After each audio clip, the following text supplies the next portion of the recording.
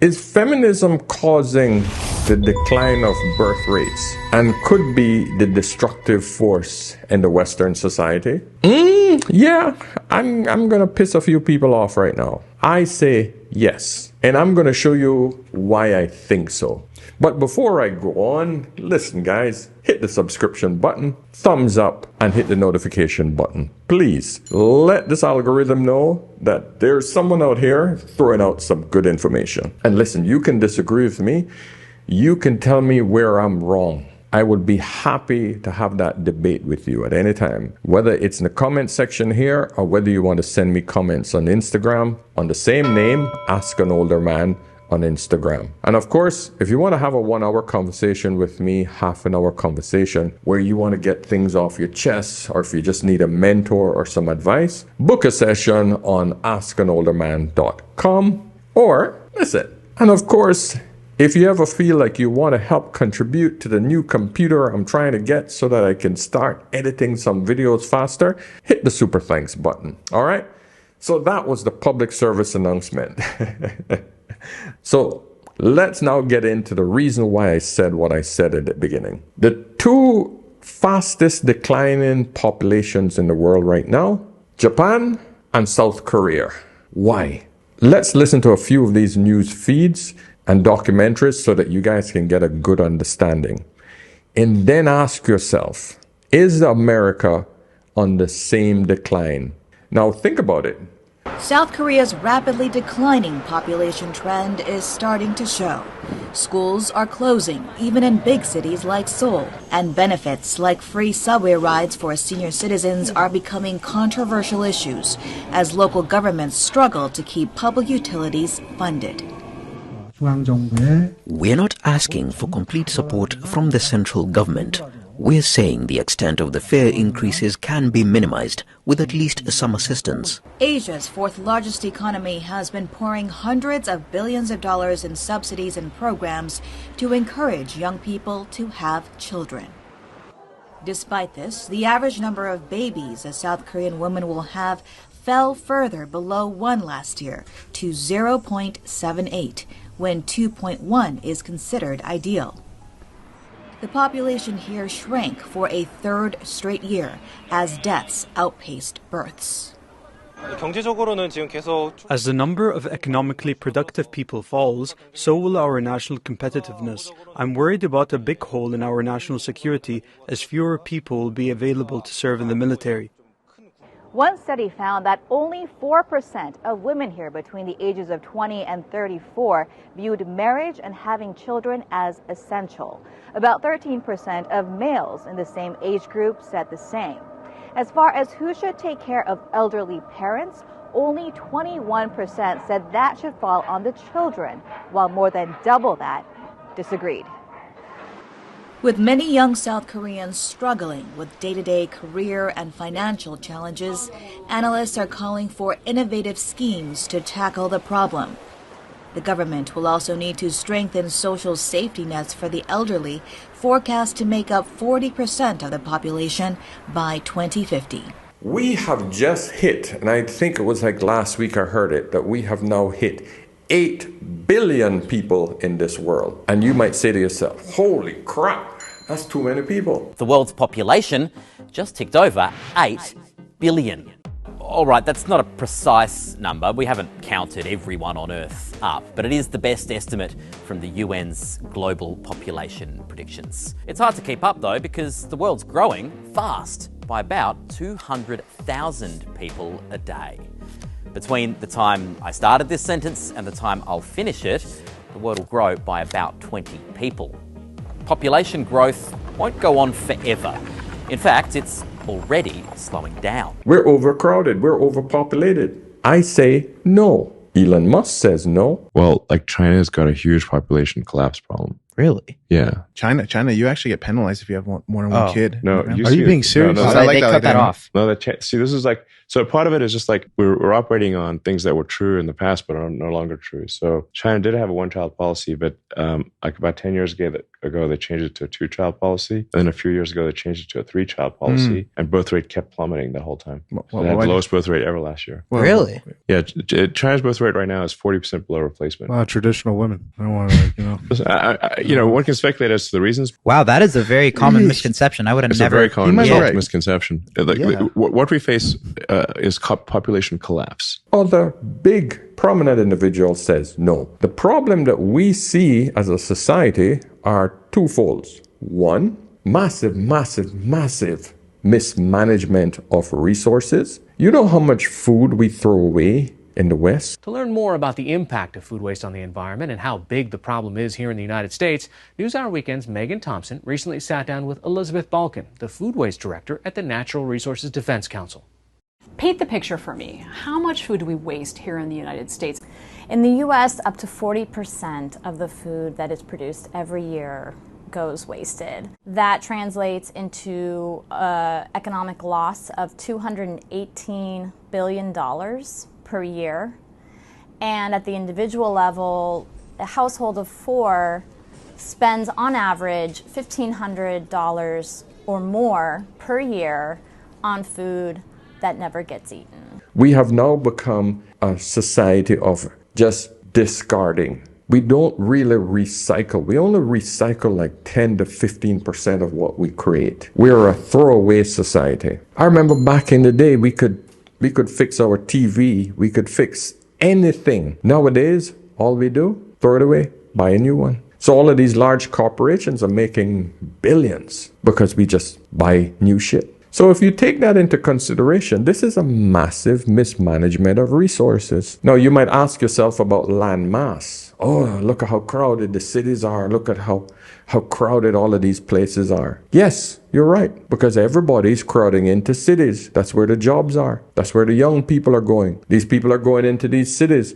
but they're not having babies because they have to compete. They have to work their asses off. This is part of a global trend that we're seeing in all advanced economies and a lot of developing economies too.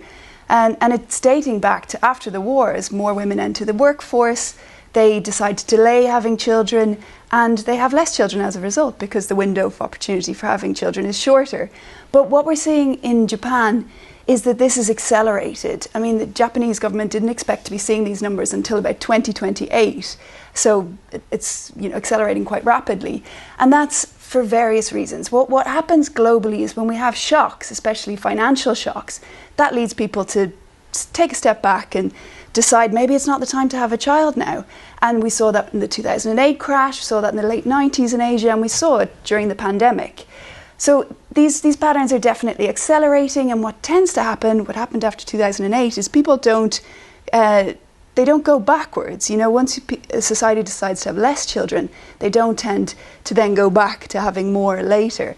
I mean, over the years, I sort of can't forget images I'd seen of children sitting at their mother's desks under the desk in the workplace in Japan, because things like childcare are not necessarily readily available. The whole structure and system of the workplace isn't necessarily tailored for a woman to be able to have those support networks. I think there's two dynamics that are playing out, not just in Japan, but in their neighbours, China and South Korea, where you've got these very advanced economies with a lot of women in work. Japan's got one of the highest ratios of women in the workplace, higher than the US, for example. But it's also got really profound gender imbalances in domestic work. So the amount of time, on average, that a Japanese father spends doing work at home is 41 minutes a day compared to the US, which is 2.5 hours a day. So this profound gender imbalance seems to be leading a lot of Japanese women to say, I don't want that life. I don't want to have to do everything at home, and I don't want to have to work very hard.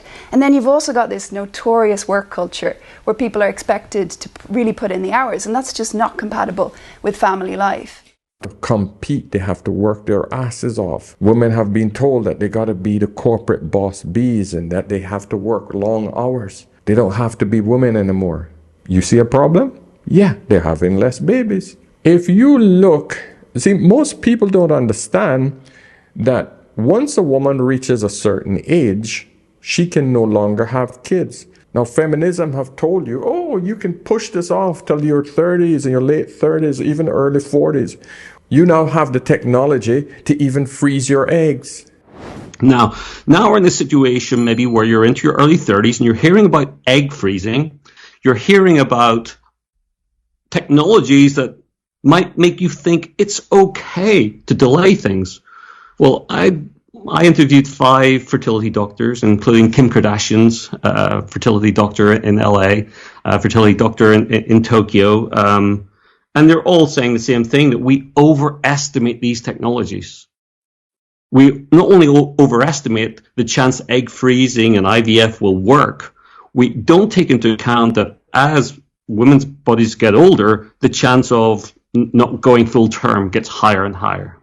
So we get to the point, I think, early 30s, as a woman, we're now thinking, well, I should look for the right partner. But you might not meet that right person. It might take 2 years, 3 years to meet that right person. Now you're 35. And you know what? You might find at age 35, he wasn't the person for you. And now you're 38. And this is a life story of so many people. I met so many women in their 30s. It's like, where did life go? I had to kind of follow this path. I had to pursue my dream, my education, my career. And I'm not one to, for a second, say that's wrong. But I think we have to make people aware at the younger age that the challenges are probably going to be greater to maintain fertility to a point in the moment where you kind of are ready, and at the same time to have a partner. It's much more difficult than I think people estimate. Do you realize how expensive that is? And who wants to have a baby when they're in their 40s? Who wants to have a teenager when they're in their 60s? I can tell you, I put it off till late. I have 2 teenage girls. I'm almost 60. It's not easy. If I didn't keep myself in great shape and keep my health up, most of my friends at my age aren't this healthy. I can tell you it's hard. A lot of them haven't even made it this long. A lot of them dying. But the problem that we're now facing is that we are now having more and more women saying, I don't want to have kids, or I'm delaying having kids until I'm in my 30s, late 30s. And all studies have shown that most women who put it off till that late rarely or never have kids. Or if they do have kids, they only have one. But how many kids do you have to have in order to maintain a healthy population? 2.2, I think you said. 2.2 kids have to be born. Right now, that's extremely low. And this is the problem that we're dealing with. The number of children being born are one of the biggest drivers of population growth. And 2.1 is the magic number. If fertility falls below that 2.1 level of births per woman, we expect the population to start falling. And that is where we're headed. In fact, in Europe, in North America, and Australia, New Zealand, and parts of Asia, fertility rates are below that replacement rate already. Sort of universal trend that we're seeing around the world is declining fertility rates. Now we're approaching the end of what we call the demographic transition, where fertility is quite low, people are living long lives. But while fertility rates are falling, the world is still growing, for now. There you go. So don't get it in your head, guys.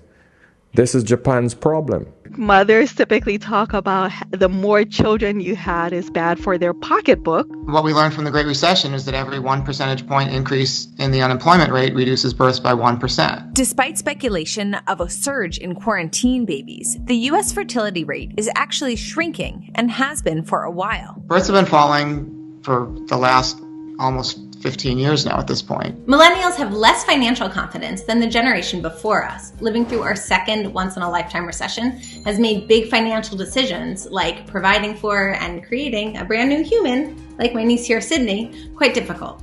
And I've got 2 little kids, so I'm pretty concerned for them. Plus, there's a prevailing ideology that large families are a drain on the environment. The costs of ongoing economic growth as it's currently designed are causing damage to planet and people. Meanwhile, baby boomers are retiring and aging out of the system. If you have an economy that since the end of the Second World War has grown based on consumerism, what happens when all your consumers are old and they have everything they want?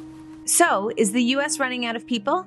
And what impact does population size have on the economy? And when I watch this, I just say to myself, wow, this is nuts. This is crazy. I've studied this. This has always fascinated me. A lot of civilizations have actually died out, and we don't know where they've disappeared to.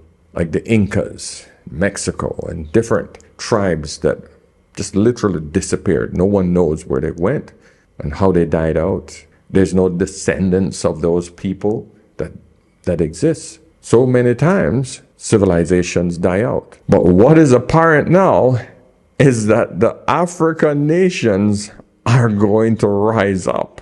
Yeah, give it another 100 years, and this earth is going to go back to its origin. It's going to be populated by black people, because Westerners and Asians aren't having any kids. The only nations that are having babies are the brown and black people, Middle Eastern and African countries. There are just 8 countries on Earth that are responsible for contributing more than half of the world's population growth to 2050, and most of those 8 countries are here. The others are India, Pakistan, and the Philippines. Expect that the list of most populous countries is going to change substantially in the coming decades. In fact, the projections suggest that by the end of the century, sub-Saharan Africa may well contain It's not me saying it. I'm just pointing it out. The facts are there. It's nothing about racism or anything like that. I'm just pointing out the facts. I'm just stating the facts. This is the world we live in. Because this whole feminist ideal about, oh, you can just focus on yourself, girl. You focus on your dreams. No one looks at the society anymore. We are so defragmented as a society that we no longer look at the society and how we got to contribute to our society. It's all about me, me, me, me, me. My happiness, my happiness, my happiness. That's it. No one cares about the society. Women are actually choosing not to have kids because they don't feel that they want to be burdened by a child.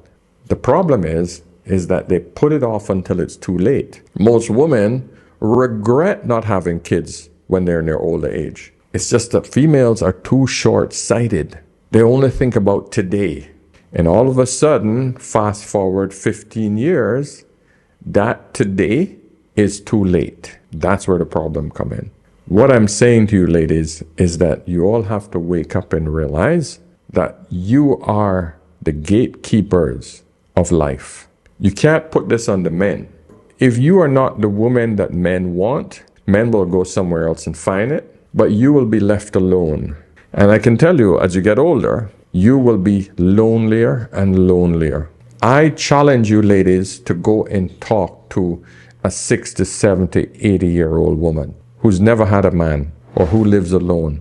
Go and ask her how she feels.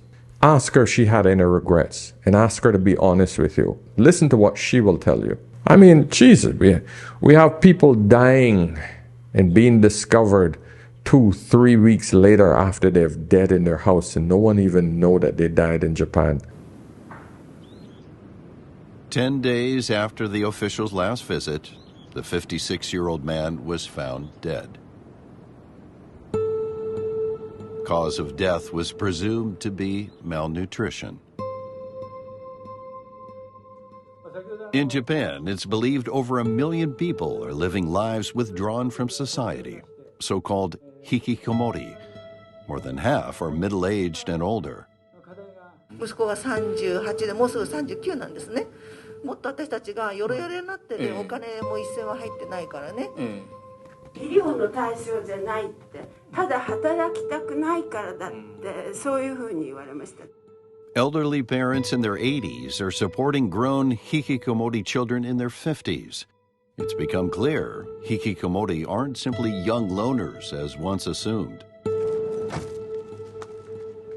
As Japan's population continues to gray, the plight of recluses who'd long remained hidden from view has entered a new, disturbing phase. A growing number of hikikomori right across the country are being found dead, seemingly unable to cope by themselves. Think about that shit. Imagine finding you sitting on the toilet, you're dead because you strained too hard and you died on the toilet. Imagine just finding you because you were cooking and all of a sudden, that was it. The heart kicked out. Yeah, that happens. Loneliness is a serious problem. But I want to basically get back to this one simple point. We are a society that's killing ourselves. What do we do about it?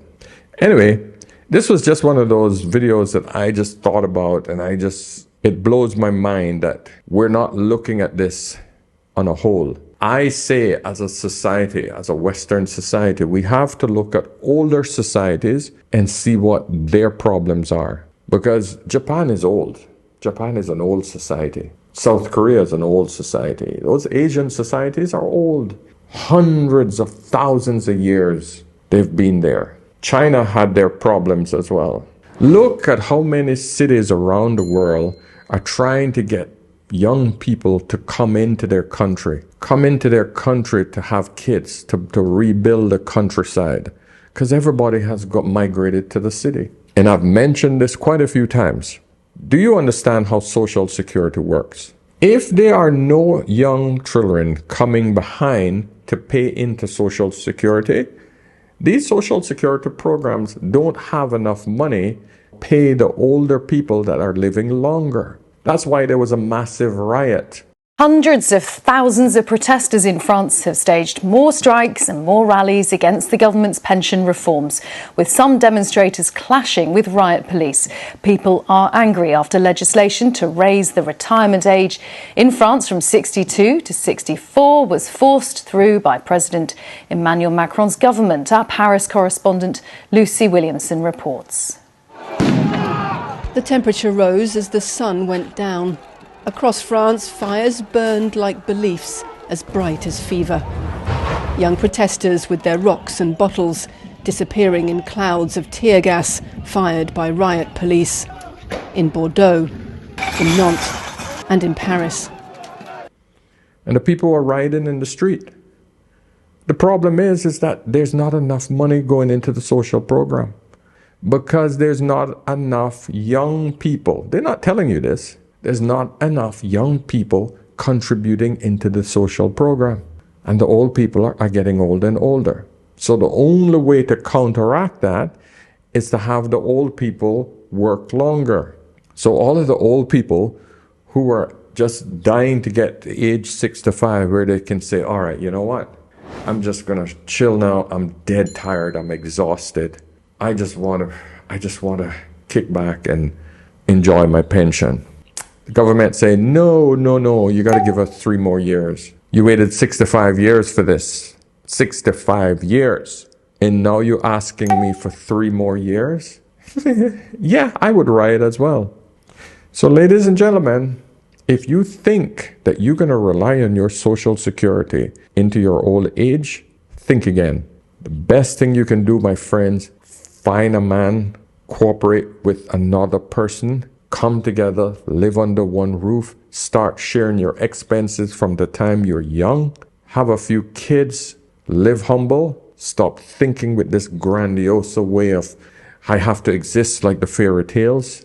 Be humble and enjoy yourself. Compromise with another human being and survive. Because you're not dying young anymore. You're getting into your 70s and your 80s and sometimes 90s if you're healthy. And I can tell you, it gets more expensive as you get older to survive. Just to survive. Okay, guys, listen. Let me know what you think. Let's start a discussion and let's open this up so that we can all understand that, hey, there's a problem. What can I do about it? You have to contribute something to your society. Go and have some kids. Go and get married and have some kids. No, I'm not giving you that advice. I know a lot of people aren't getting married because the marriage laws are crap. The marriage laws are one-sided. So here's my suggestion to you all. each and every single male and female get out there and lobby the governments to change the laws so that it is fair and equal for both sides. Notice I did not say in favor of men. Fair and equal to both sides, because men and women are working. And why is this important for you ladies? Is because now you're starting to make just as much or even more money than men. So that means you're now starting to pay alimony to men. So if you want a man to marry you, and I can tell you, you're not going to get men above you that's making more than you. Men above you don't want to marry you. You're going to have to cooperate with a man who's making less than you. As long as he treats you well, he's healthy, average guy, you're good to go. Cohabitate, share your expenses, cover yourselves. Prenups, get a prenup done. But you have to lobby governments to make sure that the marriage laws change so that you're equally compensated if it goes wrong. Otherwise, men won't get married. That's the solution. I'm trying to find solutions. I'm not just telling you about what's wrong. I want to give you solutions. Let me know if you have any better solutions in the comments. Let's try to make it work, because I can tell you, it doesn't look good, guys. Okay, so I'll leave it there. By all means, guys, subscribe, hit the notification button. I'll see you guys in the next video. And of course, whenever in doubt, always ask an older man. Okay? Cheers.